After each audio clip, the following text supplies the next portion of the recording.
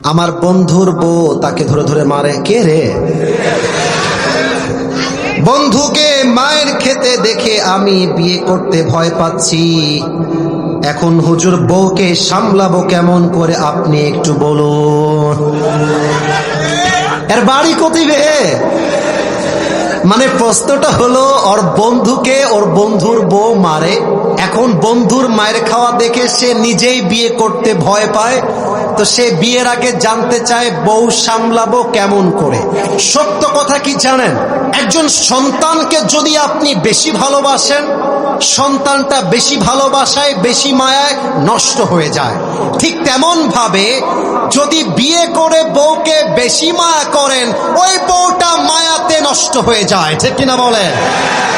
ওরে পাঞ্চরুটে পয়সা নষ্ট, যুবক নষ্ট মদে, কুসমাজে গ্রাম নষ্ট, খাদক নষ্ট সুদে, টাউনে ঘুরে ছাত্র নষ্ট, কীটে নষ্ট ফুল, অতি মায়ায় বধূ নষ্ট, ধুলায় নষ্ট চুল রে, হেলায় হেলায় কার্য নষ্ট রে। ঠিক কিনা? ওরে ঝড় বাদলে রাস্তা নষ্ট, কাদায় নষ্ট ঘাট, সমালোচনায় বেলা নষ্ট, জলে নষ্ট মাঠ, নোবেল পড়ে যুব নষ্ট, কাপড় নষ্ট তেলে, স্বামীর দোষে স্ত্রী নষ্ট, আদরে নষ্ট ছেলে রে, হেলায় হেলায় কার্য নষ্ট রে। ঠিক কিনা বলো? সন্তানকে বেশি মায়া করলে সন্তান নষ্ট হয়ে যায়, আর বউকে বেশি বেশি জান বললে বউটাও মাথায় চড়ে বসে যায়। আমার কথা হলো, বউকে যদি সামলাতে চান দিন দুপুর রাত সব সময় বলবেন আই লাভ ইউ জান। যত বেশি আই লাভ ইউ বলবেন আপনার বউ তত বেশি ইমপ্রেসড হবে। আর মাথায় রাখবেন, অনেকে এটা জানেন না, বউয়ের সামনে কিন্তু মিথ্যা বলা যায়, বউকে মিথ্যা বলা যায়। যেমন রাজশাহীর সাহেব বাজার থেকে একটা শাড়ি কিনেছেন, দাম হচ্ছে 2000। এখন বউকে যদি বলেন 2000 টাকার শাড়ি এটা, বউ বলবে তোমার চয়েস আসলেই খ্যাত, তুমি আমার জন্য মাত্র 2000 টাকা শাড়ি কিনেছ। যদি আপনি বলেন 10,000 টাকা, যদিও দেখতে খারাপ, বউ বলবে যেহেতু 10,000 তাহলে মনে হয় আসলেই ভালো হবে। ঠিক কিনা বলে? তো এই যে বউকে পাম দিলেন, মানে বউকে ঠিক রাখার জন্য আপনি যে বউকে একটু পাম দিলেন, এই পামের জন্য আল্লাহ আপনার আমলনামায় সাদাকার সওয়াব লিখে দিবে। সুবহানাল্লাহ পড়বেন না আমি আপনারা? হাদিসে আসছে স্বামী স্ত্রীর সম্পর্ক এত সুন্দর, এই ওদের বিয়ে হবে না, এই স্বামী যদি স্ত্রী হাতে হাত রাখে আল্লাহ উভয়ের হাতের সগীরা গুনাহকে মাফ করে দেয়। সুবহানাল্লাহ পড়বেন না আপনারা? অতএব বউ যদি সামলাইতে চান, বউকে প্রশংসা করতে হবে, বউকে ভালোবাসতে হবে। মাথায় রাখবেন, অতি শাসন করলেও বউ নষ্ট হয়ে যায়, আবার বেশি ভালোবাসতে গেলেও বউ নষ্ট হয়ে যায়।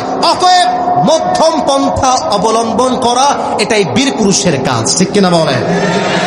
2 নম্বর প্রশ্ন, হুজুর আমার বন্ধু রাজশাহীর মহিলা কলেজের সামনে গিয়ে মেয়েদের সঙ্গে লাইন মারার চেষ্টা করে। মুক্ত মঞ্চ, সব জায়গার নাম দিয়েছে মুক্ত মঞ্চ, রাজশাহী কলেজ। আমার মনে হয় সবচেয়ে বেশি যুবকরা লুচ্চামি করে মুক্ত মঞ্চে গিয়ে, মহিলা কলেজের সামনে গিয়ে, আর তার চেয়ে বেশি করে হচ্ছে পদ্মা গার্ডেনে গিয়ে। ঠিক কিনা বলে?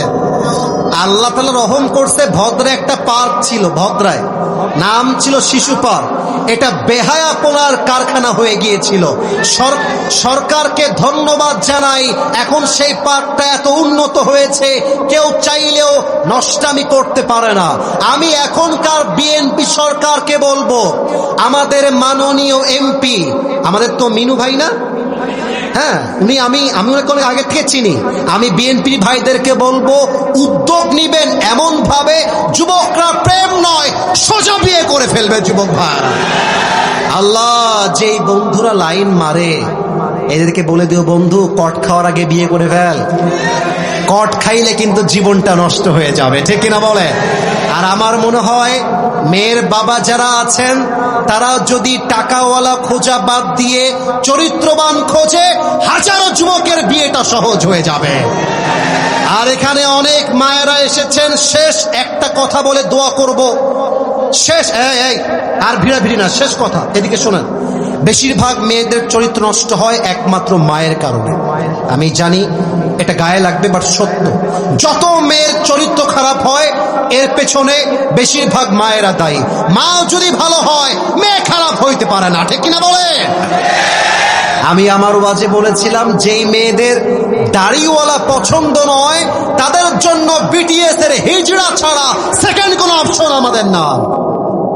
আর যেই মেয়ে আমাকে দাড়ির জন্য বিয়ে করতে চায় না সে তো আমার বাড়ির বউ হওয়ার যোগ্যতাই রাখে না। আর যে আমাকে দাড়ির জন্য বিয়ে করতে চায় সেই তো আমার বাড়ির বউ হওয়ার যোগ্যতা রাখে।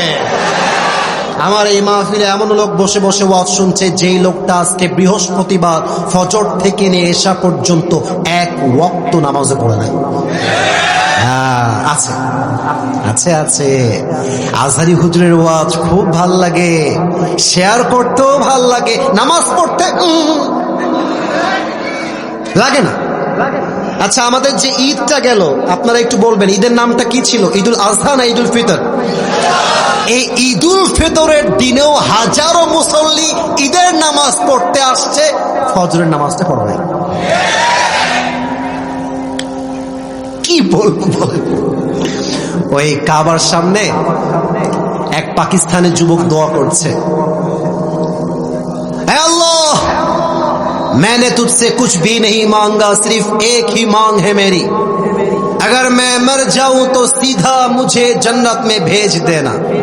কথা বুঝলে বুঝ, কথা না বুঝলে কাবার সামনে দাঁড়িয়ে বলছে, আল্লাহ আমি মরে গেলে যেন তুমি জান্নাত দিয়ে দাও, একটাই আমার চাওয়া। প্রচন্ড গরম, কাবার চত্বরে গরমের চোটে জায়গাতে অজ্ঞান হয়ে গেছে। কিছুক্ষণ পরে কাবার চত্বরের যে লোকরা ছিল সবাই মিলে গিয়ে মেডিকেলে ভর্তি করে দিয়েছে।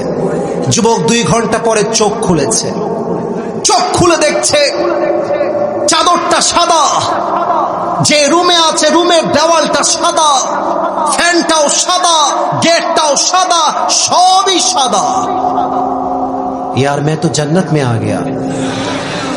ভাবছে যে আমি তো সত্যি জান্নাতে চলে আসছি, আল্লাহ তোমার দোয়া কবুল করে নিয়েছে। একটু পরে দেখতেছে ওই যে নার্সরা সাদা সাদা কাপড় পরে না, সাদা কাপড়, 2টা নার্স আসতেছে। যুবক অবাক হয়ে গেছে, আল্লাহ ये तो জান্নাত হুর भी आ गया माशाআল্লাহ। তো হুররা যে কয়জন ছিল মোট 4 জন, সবাই মিলে একসঙ্গে ওর কাছে আসতেছে।